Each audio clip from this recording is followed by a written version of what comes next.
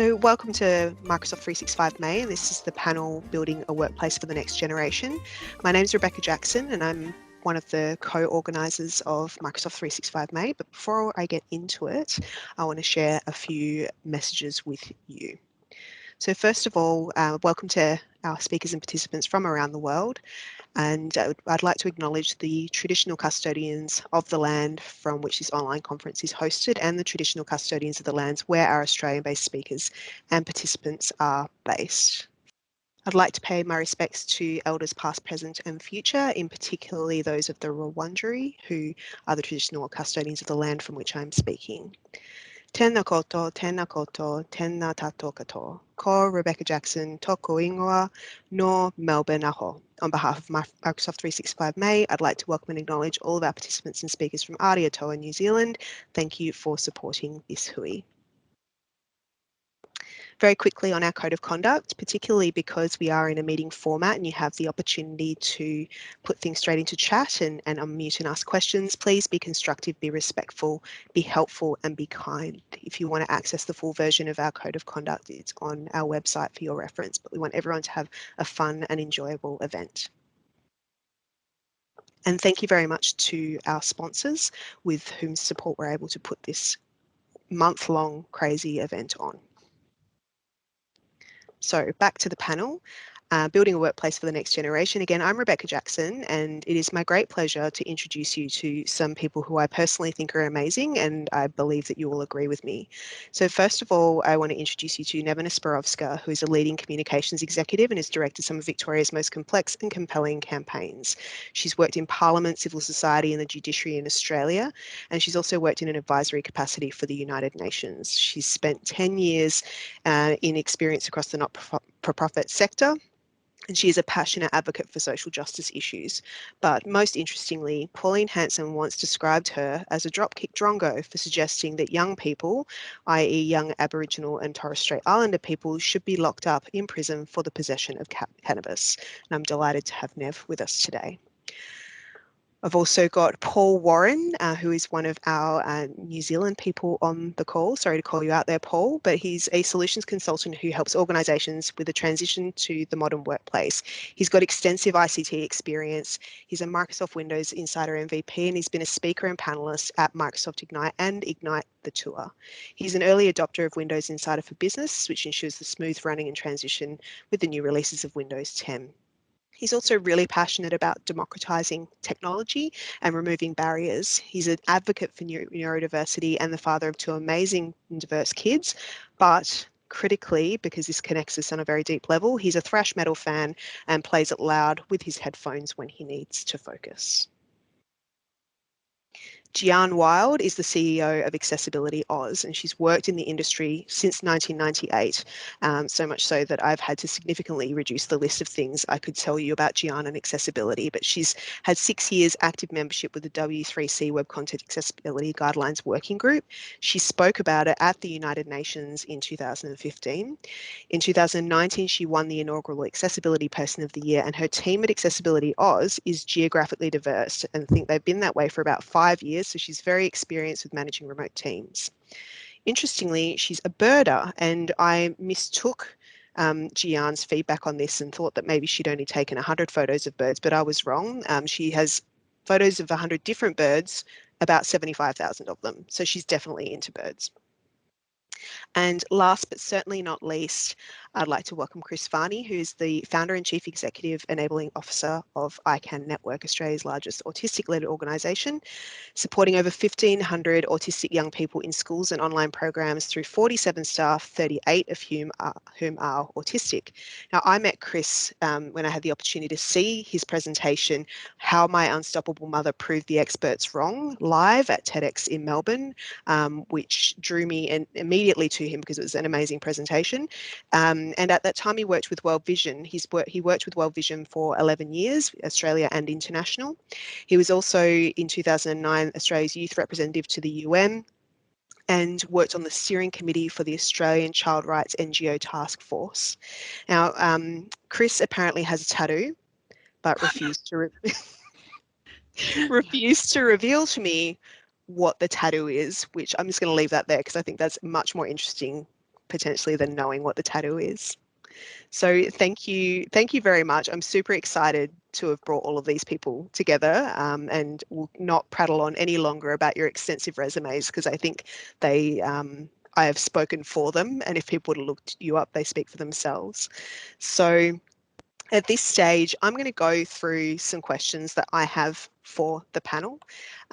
If you, as we're talking along, have questions that you want to throw to the panel as well, please put them in the meeting chat, because we have the wonderful Daryl Webster on the line giving you a wave right now, depending on your view, which is my prompt to stop screen sharing, I think.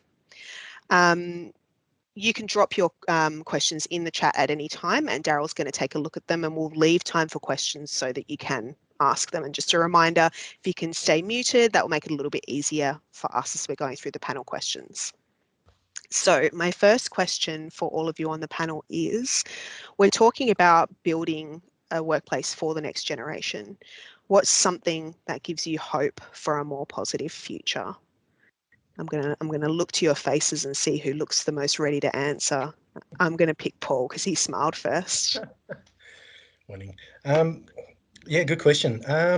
I guess with a lot of things in my career over the last 10 years, I would probably look towards my two children. They're the ones who have really helped identify how I want to do my IT career going forward. I find they're really natural at using technology. And they're the ones actually who have been guiding me on how to kind of bring those sort of experiences into a enterprise environment. And they're the ones I feel who will not just adapt to these technologies that we're deploying, but also be the leaders, and they're the ones who will show us how to use it and be the guides going forward. That's beautiful. And Nevena and Chris, Nev and Chris, you've both worked in child advocacy quite a lot. So I expect that you've got a position on this, perhaps even similar to Paul's. Absolutely. I was building on what Paul just said, the tenacity and the ferociousness of young people and advocates to not only stand up for what they believe in, advocate on behalf of it, but to bring people along with them. I work with a lot of young people from diverse backgrounds, be it whether they've had a residential care experience, whether they've been incarcerated, or whether they've had a more mainstream school background.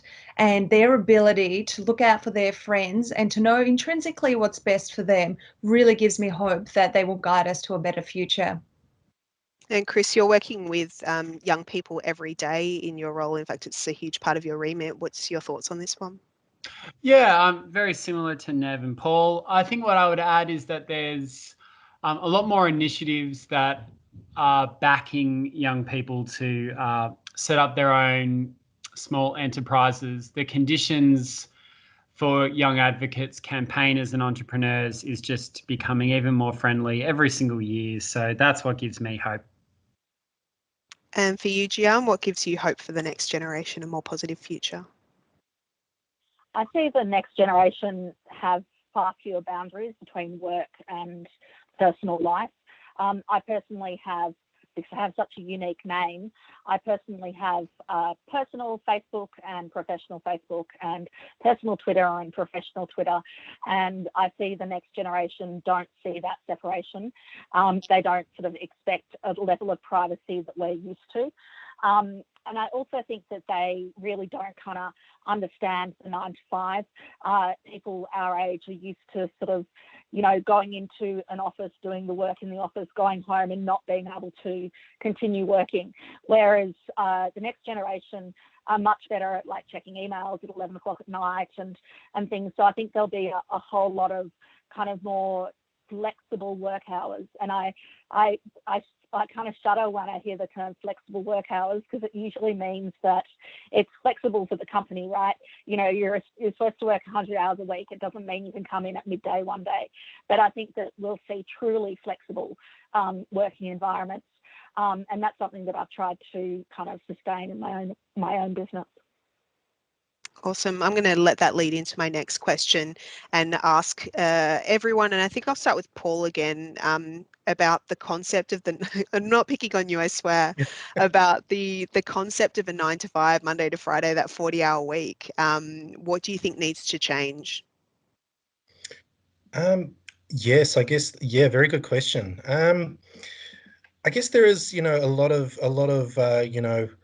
talk the talk about, flexible working hours is, we're really embracing this and we really want to move forward. But I guess, it's really interesting to see who's going to walk the walk.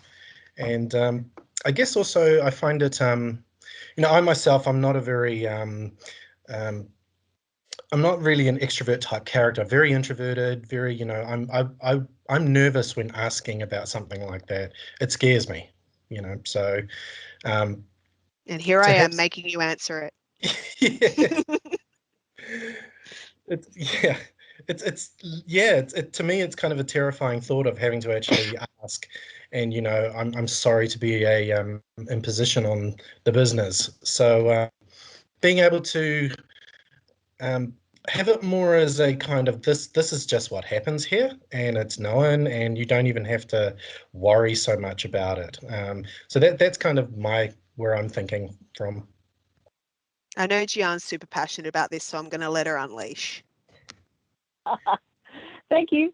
So the 9 to 5 really came from this whole concept of a Protestant work ethic and, conveyor belt factory attendance where everyone had to be in the same place at the same time. And we have a completely different workplace now where it's actually preferable for people to be online at different times, mainly for things like the commute. Everyone trying to get into the office at 9 o'clock in the morning means that a 45-minute drive ends up being a 3.5-hour drive, which, in Brisbane, that's what tends to happen, unfortunately. But it also means there's a lot of strain on, say, the electricity, trying to air condition a whole bunch of buildings at the same time, or, fire up computers. And it also means there's a whole lot of stress on the internet at night when a whole lot of people are watching Netflix. And it's this kind of concept that we all wake up at 7 o'clock and, we're all raring to go, and then we have this kind of wind down. And I took a very long time to move into that. And there was actually a period of time where I would actually wake up at 4 to be online at the same time as people in the US, and then finish at like 3 o'clock in the afternoon. And so I wasn't working any less, but, it's something that I think people don't really necessarily realise, that they have to kind of rethink this whole concept of 9 to 5. And the technology that we use now is mostly asynchronous, which means you send an email and you don't expect an immediate response. You send a text message, or you send, a chat or whatever, and you don't expect an immediate response. And I think that that's something else that, means that you can have distributed staff. Like at AccessibilityOz, we have people who are distributed both geographically and in different time zones. And I think the way it works is we're aware of the issues around that, but we also don't expect people to work their 9 to 5. If they're a 10 till 6 person, that's fine. If they're a 12 till 8, they're fine, etc. Chris, I'm really interested about this in terms of the young people that you're mentoring and the concept of 40-hour work weeks and 9 to 5. I feel like you're probably talking to people who are going into the workforce. And how does this work for the youth that you mentor as part of the I CAN programs? Yeah, great question. I think what I have observed, this panel's in agreement that 9 to 5 is really tricky. It is particularly tricky for, I guess, the neurodiverse employees that I hire, because the people I work with and employ, their motivation is a very delicate thing. And what I mean by that is that I've got staff who, when they're really switched on, when they're really motivated by their work task, the 9 to 5 is actually this frustrating hurdle, in the sense that if their autistic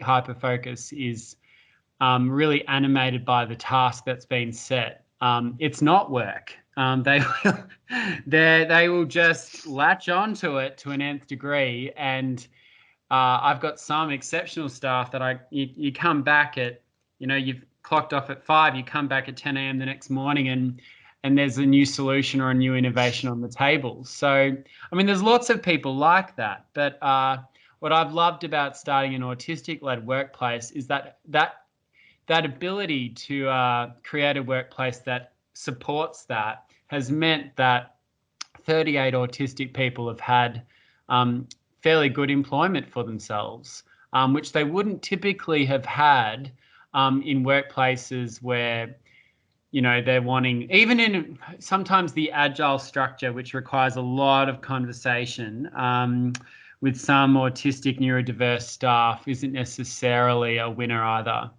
The second thing I would just add is for a lot of parents that might have students with differences and who might need to have appointments with specialists or allied health. Like, I employ several parents in my team who are managing children with multiple neurodiverse conditions, and of a week they might have several appointments with various stakeholders in their life, and they need a highly flexible employer.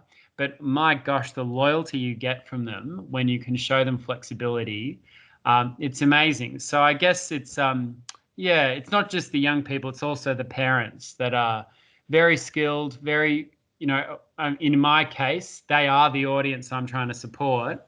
And yeah, if they've got a flexible arrangement, then you are rewarded with their loyalty. Yeah, that's an amazing insight.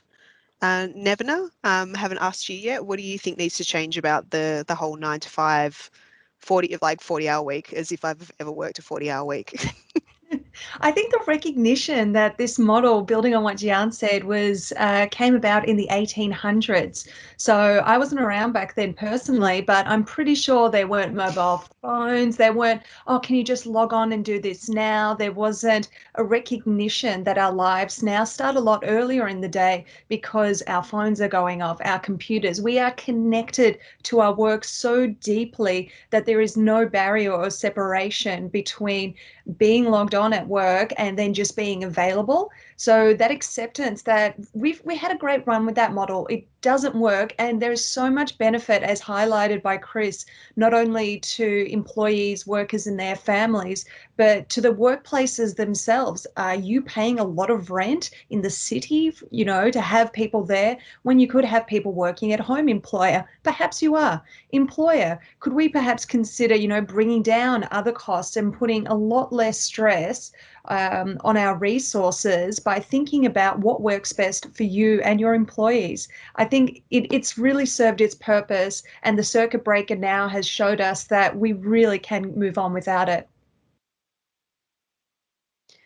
I think that's actually leads very nicely into my next question, which is, how can people in technology help to change these mindsets and build solutions to support the future of work? Because I feel, as a person who works in technology, I want to build things that are useful for people, that work for everyone, and that are inclusive and accessible. So, to the panel, what can I do to help change mindsets? And I might, who am I going to start with? Does anyone want to jump in first with this one?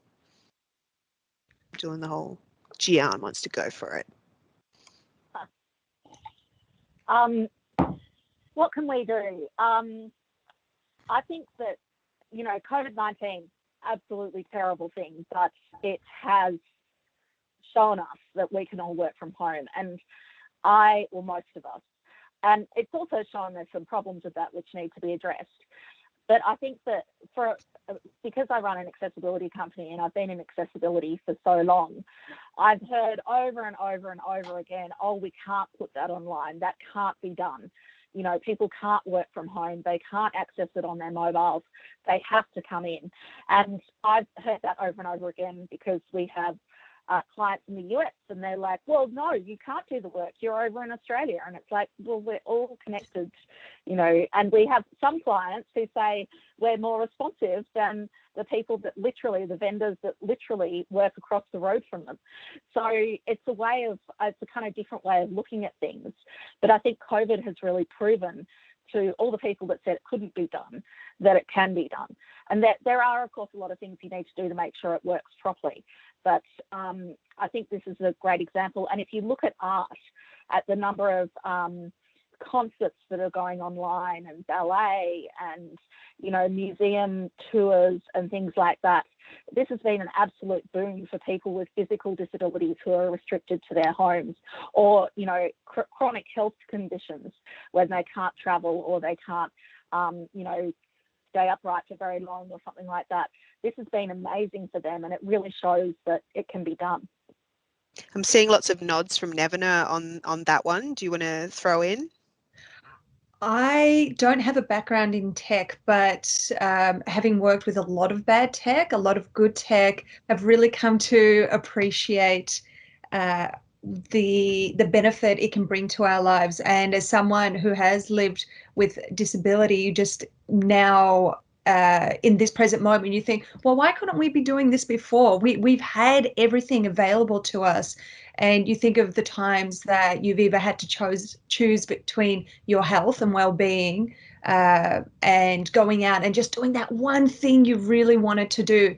And I know we're all on a journey to better understand disabilities that are not visible, but seeing this come together and being like, culture exists, sociability exists, connectivity exists, workplace all exist in an accessible way, in a way that we can all be connected. It was always there, and it's because of great technologists and design. And there's also little things that I've found, like there's this very clever piece of technology that blocks out anything to do with News Corp. And as someone from the LGBTIQ community, not seeing transphobic things on an almost day-to-day basis, that what it does for your positivity and mind, that's incredible. That's just one small thing that technology can do to enhance our lives.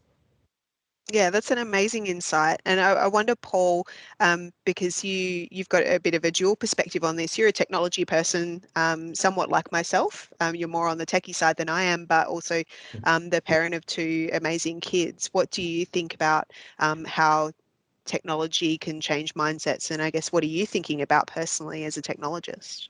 Yeah, I guess from my perspective, I mean, I think of myself, I'm very fortunate to have had the experiences I've had with my children, both with their two different types of diversity. But I guess what that's helped is that's helping me become more aware of certain needs. And I guess I wondered to myself quite a lot how I can affect change amongst my peers who I guess might have a bit more of a traditional mindset about how things should work and how things should be deployed and how things should be configured or restricted. So for me, it's, you know, it's really kind of opened my eyes around, you know, restricting things for the sake of restricting things potentially. I mean, obviously security is extremely important. That just taking away something that could help someone with an accessibility requirement because you don't see the point of it being there, then, you know, that's actually providing a really poor experience for someone who really actually needs that. So for me, it's about how can I influence change amongst, you know, my peers in the technology sector. And Chris, for you in the I CAN Network's work, what can we as technologists do to support people with autism and, I guess, build things, design things to improve the future workplace experience for them? The autistic community are fairly savvy with online. So one thing I would say quickly is if you look at ICANN's online mentoring, this was something that my colleague and I piloted with our team in October 2017. It grew rapidly, and now through the awesome work of my manager of online, it has grown to serve 120 autistic young people across Australia per week. So it's had a huge growth story. I guess what I would say in terms of what we can do to support autistics working online, there does need to be options for them to check in at some point face-to-face, particularly for those staff that might have some executive functioning struggles. What I mean by that is I employ a lot of people that struggle with email management, replying to emails. And so what we can do is we can, in our staff training, we can develop simple scripts and expectations that make it ultra clear of how staff can raise the alarm when they need help, how they can say that they're registered something if they really understand, just so that their accountability with their manager is kept up to date and no one's entering that ugly territory of performance management. One really simple strategy we have is every email we sent our online staff must be answered. So there's scripts that we give our staff of read and understood, or still processing, or completed. And those scripts have been far more successful than some of the more agile tools I see out there where you have to jump on and enter a Trello. This isn't me attacking Trello, but this seems a lot of young autistic staff. If you give them scripts that are simple, you can really engage them and no one ends up in an ugly conversation about performance.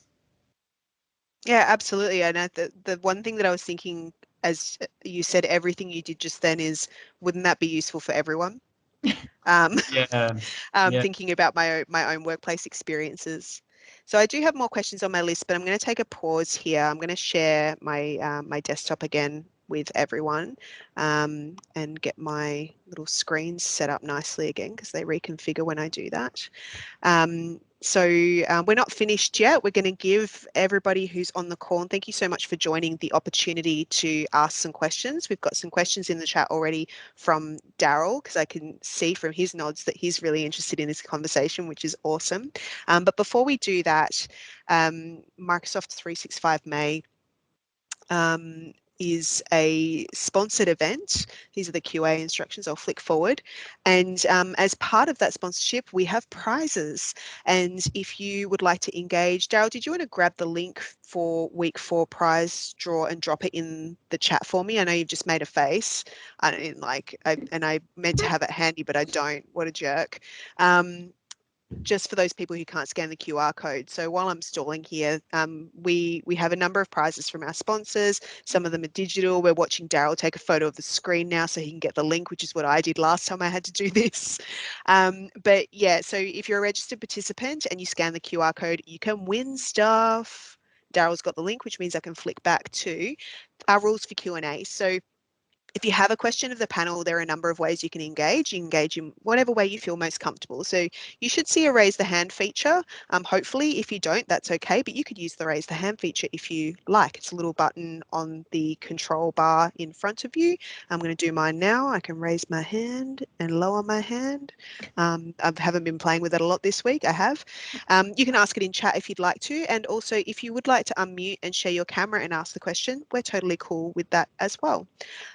So flicking past that competition slide again, and thank you again to our sponsors who provide those competitions. I'm going to come back to the panel because it's more than enough stalling, I think, and more than enough screen sharing to cover off the questions that we've got on chat and invite you all to ask questions as well. And if you're super quiet, I'll be selfish and go to my backup questions and just ask whatever I want. Daryl, did you want to ask the questions that you have popped in the chat, because they're good ones? Thank you. Yeah, I've been really enjoying this this talk and topics, because it's near and dear to my heart, particularly around flexible working from home. So I just wanted to ask some of the panelists what you think the skills are that we require to work from home. I know that everyone's been forced to work from COVID confinement recently, but I think Gian Wild earlier said, yeah, we've been working from home, but we haven't really been doing it well. So what do we need to do it well?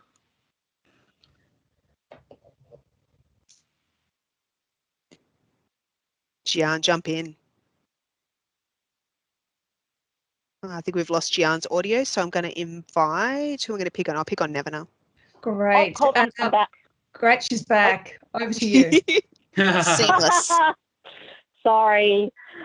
Okay, so at AccessibilityOz, we gave up our office in 2014 or something like that, and so I have learnt a lot of things about a distributed workforce, and I'd say we're pretty successful at it. We have problems, but I don't think that's necessarily unique to the fact that we're distributed. Just all office, there's always office politics and, you know, clashing personalities and things like that. In terms of the actual skills they need, you need to really be a kind of like a self-starter. You can't be the kind of person that needs someone micromanaging you. You can't be the person that needs someone that tells you to do things all the time. When you finish a task, you need to be the kind of person that says, okay, what else can I do? Not just sit there and wait for someone to tell you. You need to think about the kind of, and I read a great article about this, about the cadence and ritual of an office environment. So, you know, when it comes to office environments, not everyone's working 100% all the time. You know, sometimes you've got a bit of downtime, you might go grab a coffee or something like that. And it's really important that you build that into your offline or your remote working team as well. And you need to think about things like, you know, rituals like the water cooler talk, you know, where you catch up on what TV shows are, you know, popular at the time. So we have a Game of Thrones Slack channel, for example. We have a bird Slack channel for me to send photos of all my birds. Communication is absolutely the most essential part. So you need to be a good communicator.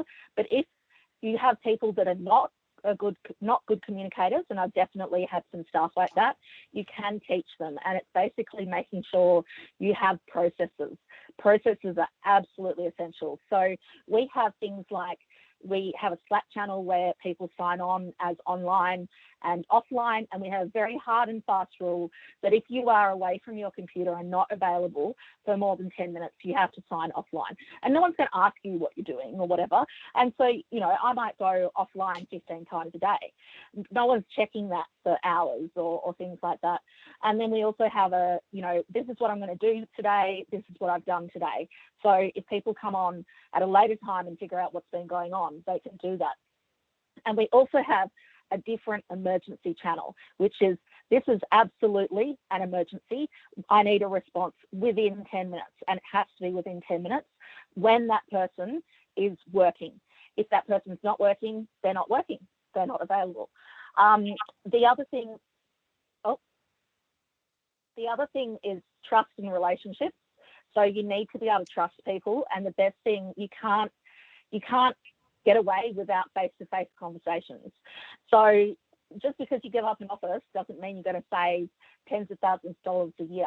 You've got to put some of that money towards actually meeting your team face-to-face. And so last year, my entire team went to LA and we went to a conference. The staff, not myself, but the staff all shared an Airbnb, and so they kind of got on like a family or a bunch of friends, and they did group things together and stuff like that. We have daily stand-ups and stuff. Equipment is also really important. Like, you absolutely have to provide equipment, and that doesn't mean, you know, just a laptop. That might mean a mouse and a keyboard and multiple monitors and a desk and chairs, you know, and books and pens and headphones. You can't expect your staff to do that, to have those things. And the last thing is travel. If you have people working from home, if you ever expect them to leave the house, you have to pay for that travel. So if you're we have get-togethers once every few months for the Melbourne team, everyone catches a taxi in there, and all those taxis are reimbursed. So those are the kind of things that, I'm sorry, it's just like blah, because I've been thinking about it so much over the last couple of days. But those are the things that I think are really important in terms of making a distributed workforce work. And in terms of the skills, I honestly think that other than the need for micromanagement, you can teach people everything else. But if they need a micromanager, they're not going to be able to work remotely. Thanks for that, Gian. I'm wondering, Paul, in your experience as a technologist, and obviously we can't avoid the C word in this conversation. We've all been experiencing COVID-19 in different ways. I guess what's your opinion and personal experience in the skills that people need to remain engaged? Yeah, that's a good one. I guess the first thing I think of a lot, and it's actually something Daryl brought to my attention a few years ago when I first started using Teams, and it was always to start with video on by default. and it was always, just a wall of initials can be quite demoralizing sometimes. So, having that from that one day that you told me that, Daryl, till forever, really, I've always made a conscious effort to always try and start with video first on Teams. Good Or man.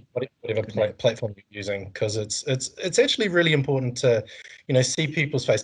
Even before this current thing, that being able to have a conversation with someone, doing a little bit of working from home and seeing people's expressions on their face is really, really important. And you can really lose a lot of the context of the conversation if you can't see their face.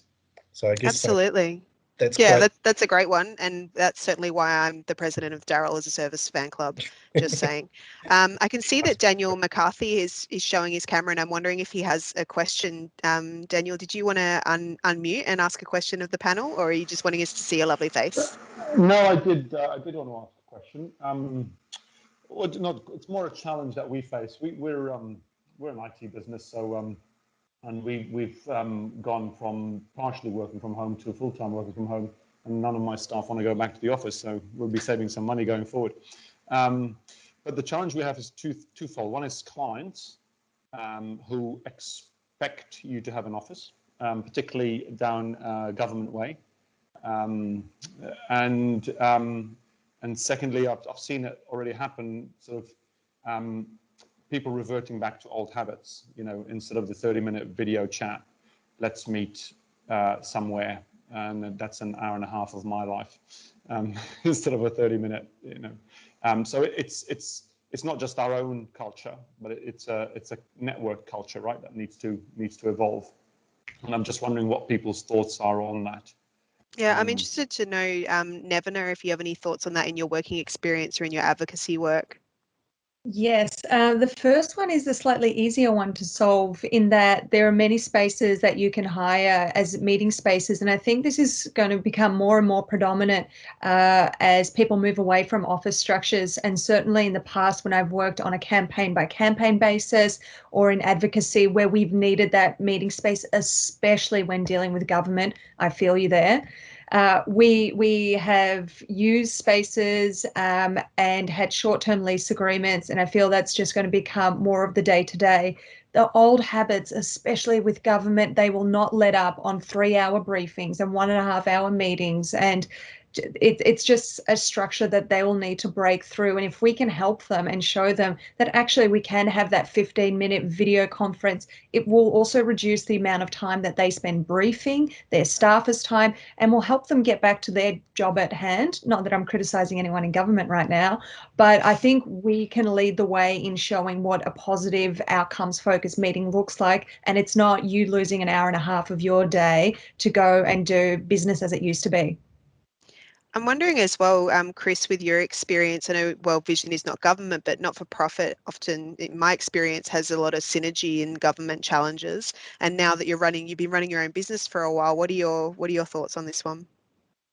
There are some things that are still consistent with any workplace in the distributed. I loved a lot of your language, Gian. I'll credit you, but I'm going to take a lot of it. It was great.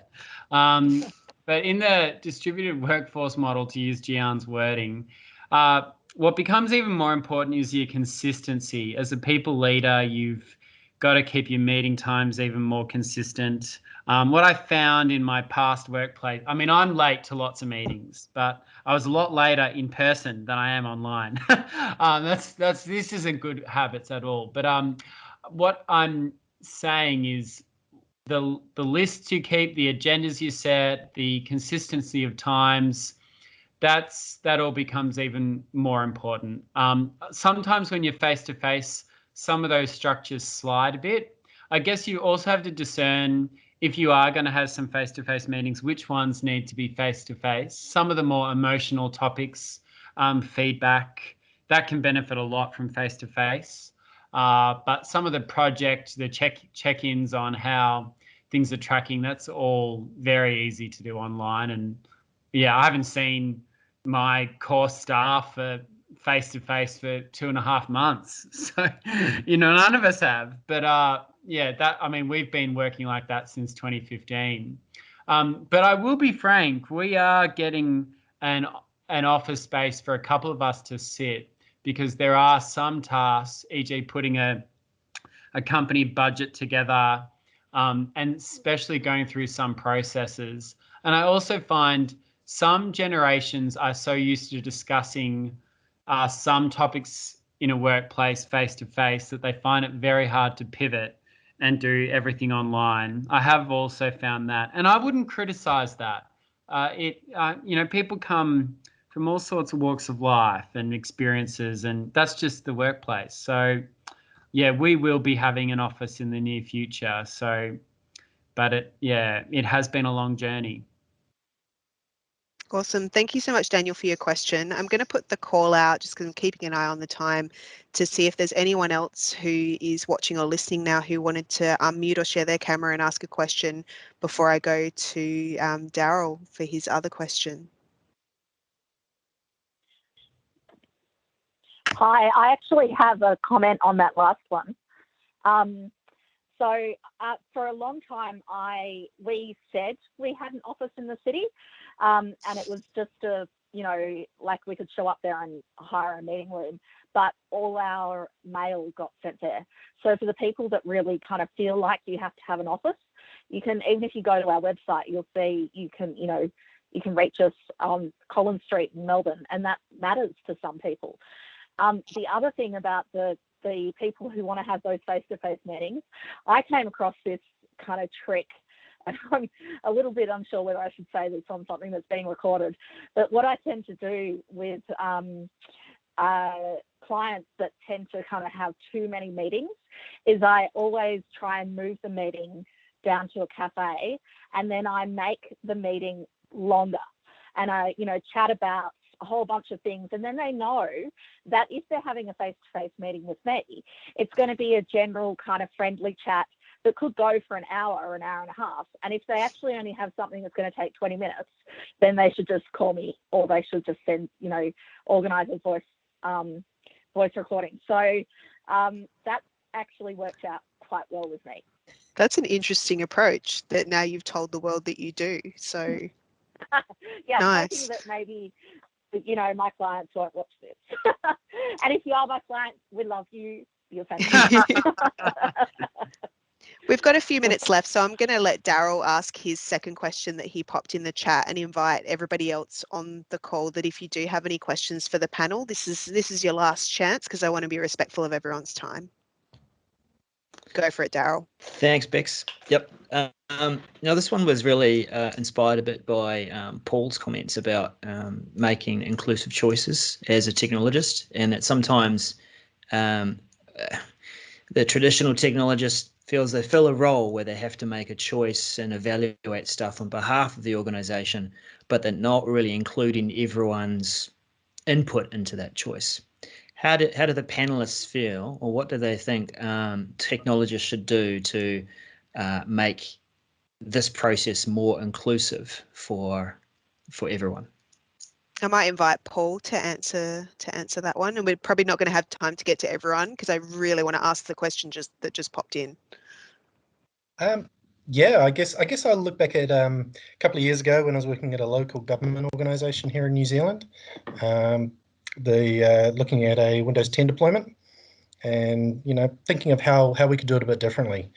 And at the time, I actually put a post out on Yammer to the wider group, and I really wanted to get an understanding of this is in New Zealand. This is a very large organisation, upwards of 10,000 people. So you can't just get every single person's piece of input.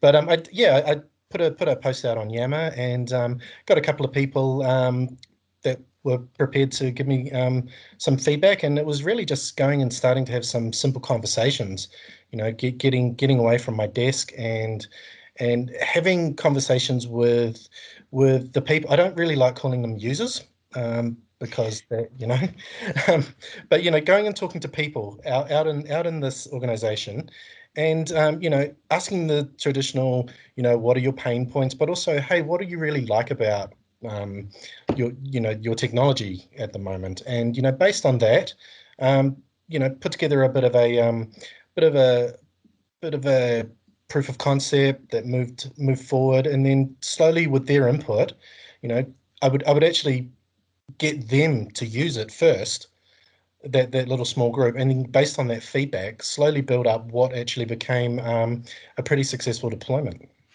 Yeah, I agree with you on the term user, and I find it very challenging in my own work. So I'm going to avoid using the term user when I ask Nevena, as a customer of technologies, particularly in the government space, how can technologies be more inclusive in their service choices and implementation?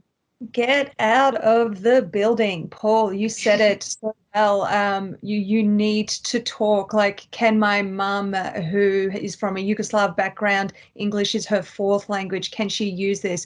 Can someone who's just flown over from Vietnam log on to this? There are so many projects, technologies. We can speak broadly.